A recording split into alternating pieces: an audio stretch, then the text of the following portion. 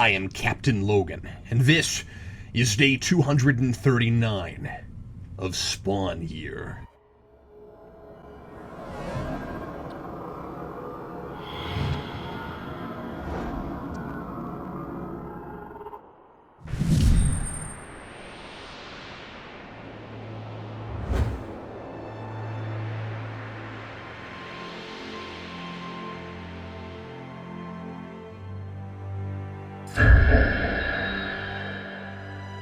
As I write this entry, I struggle to maintain focus, motor control, and consciousness. My costume has all but depleted its power reserves, and my Mountain Dew-derived blood is dangerously thin. I can already feel the hungry pincers lining the inside of the suit turning inward, ready to suck my body dry, and my cravings are hours, maybe even minutes away from being uncontrollably rabid.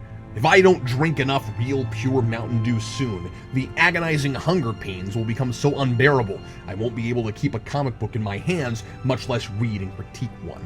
I am completely at the mercy of Tiny Adam West. Is he trying to prove some sort of point, or is this my final test? Learn how to conserve your energy and control your powers, or game over. I imagine I'll know soon enough. In the meantime, there is no time to waste. My concentration and reason might fail me at any time. I must review this comic while I still can.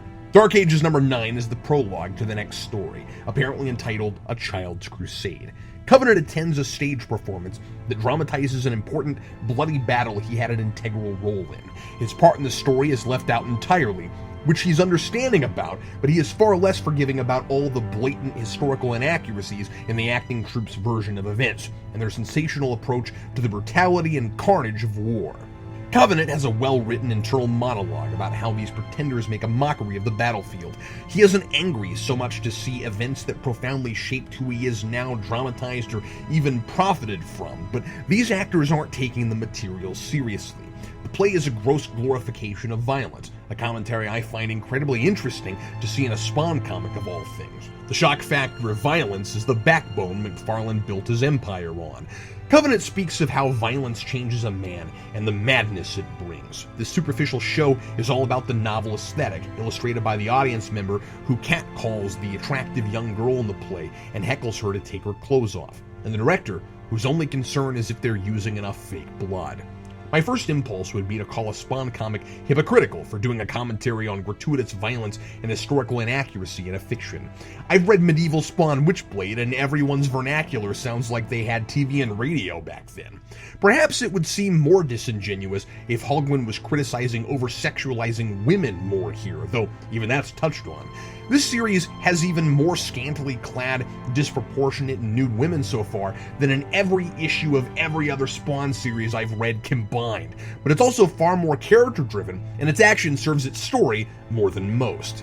And it's been praised in the letters pages for its surprisingly authentic representation of this period, which I can't speak to myself, but the language and tone has remained distinctive and consistent for 9 issues. I think this book gets away with commenting on those topics in a way the main book would be hard-pressed to, and the context of Covenant's personal, intimate memories being, in his view, violated and mocked by hack amateurish thespians makes it more about how our protagonist feels about this particular play over the topic of gratuitous violence at large.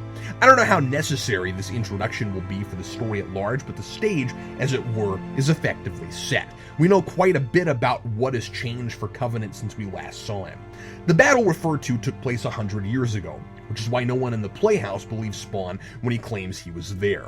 Spawn was imprisoned and hidden in a dark forest for years before the battle begins, rescued by a young girl who claimed to be sent by God. I wonder if they had Mountain Dew there. I'm intrigued to know what happened to him and why he couldn't use his powers to escape. And we also know his main enemy in this story looks to be Cagliostro. There are lots of compelling images and curiosities to keep me reading, but it's also an issue that makes me wish I were just getting to the good stuff. But that's credit to the issue. At the end, Spawn punches a guy, ruins the play, and says that's not what happened, visually invoking Hamlet and all its discussion of the stage of life and the roles we all play versus who we really are. Spawn's gone there before, but it was appropriate given the subject matter. I find it odd that Spawn, with his green eyes and visage of death, can go anywhere without his mask and no one gives him a second look. But Al Simmons stayed in an alley all those years as an outcast. I guess people in the Dark Ages were more accustomed to demonic imagery. This audience would be right at home at a Marilyn Manson concert. And now, dear reader, I return to the role I must play, the puppet. The servant of a sadistic and unforgiving master, molding me into something gruesome and terrible as I simply bide my time until the moment I can finally take off this mask and reveal my true face. If only I can survive the stage. Signed, Captain Logan.